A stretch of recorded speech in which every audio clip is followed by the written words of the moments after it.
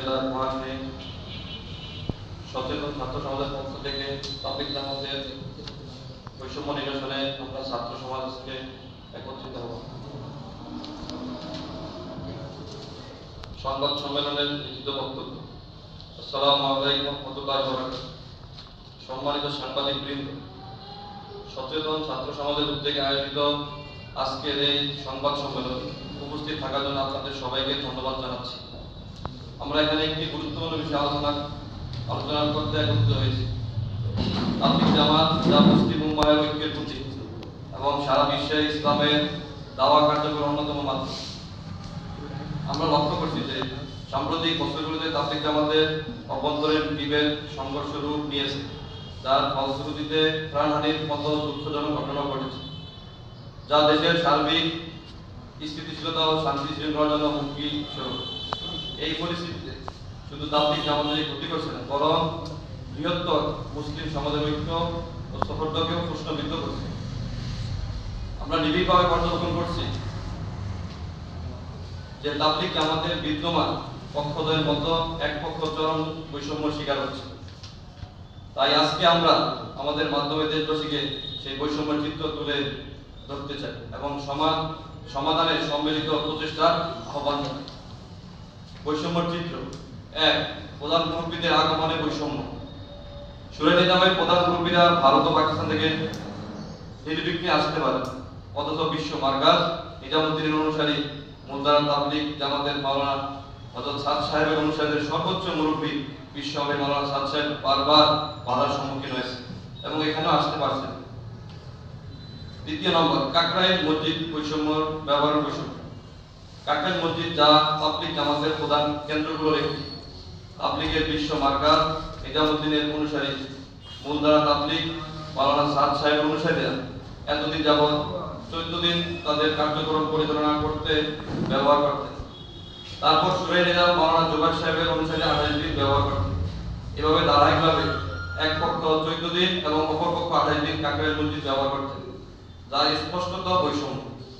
কিন্তু বর্তমানে এক পক্ষ জোরপূর্বক কাকরাইল মসজিদের নিয়ন্ত্রণ নিয়ে রেখেছে, যা বৈষম্যের চরম পর্যায়ের প্রতিফলন। নাম্বার 3, টঙ্গীর ইজতেমা ময়দানের নিয়ন্ত্রণে বৈষম্য। টঙ্গীর ময়দান যা বিশ্ব ইজতেমার কেন্দ্রস্থল, বছরের অধিকাংশ সময় সুরে নিজামের নিয়ন্ত্রণে থাকে। নিজামুদ্দিনের মুলতান তাবলীগ ইজতেমার সময় সীমিত কয়েকদিন ময়দান ব্যবহার করতে পারে। 4, ইজতেমার সময় বরাদ্দের বৈষম্য। বিগত বছরগুলোতে সুরে নিজাম প্রথম পর্বে ইজতেমা আয়োজন করে আসছে। বিশ্ব মার্কাজ নিজামুদ্দিনের অনুসারীরা বারবার দ্বিতীয় পর্বে স্থান পেয়েছে। 5, মসজিদ কেন্দ্রিক আমলে বাধা প্রদান ও বৈষম্য। বিশ্ব মার্কাজ নিজামুদ্দিন মুলতান তাবলীগের কর্মীরা বিভিন্ন মসজিদে গিয়ে আমল করতে গেলে প্রায় বাধার সম্মুখীন হয়। মসজিদগুলোতে তাদের অবস্থান, দাওয়া কার্যক্রম এবং আমল পরিচালনায় সুরে নিজামের পক্ষ থেকে বাধা প্রদান হয়। এই ধরনের আচরণ তাবলীগের মূল দর্শনের পরিস্থিতি এবং দাওয়া কার্যক্রমের সংকট তৈরি করছে। 6, 5 দিনের জোর আয়োজনে বৈষম্য।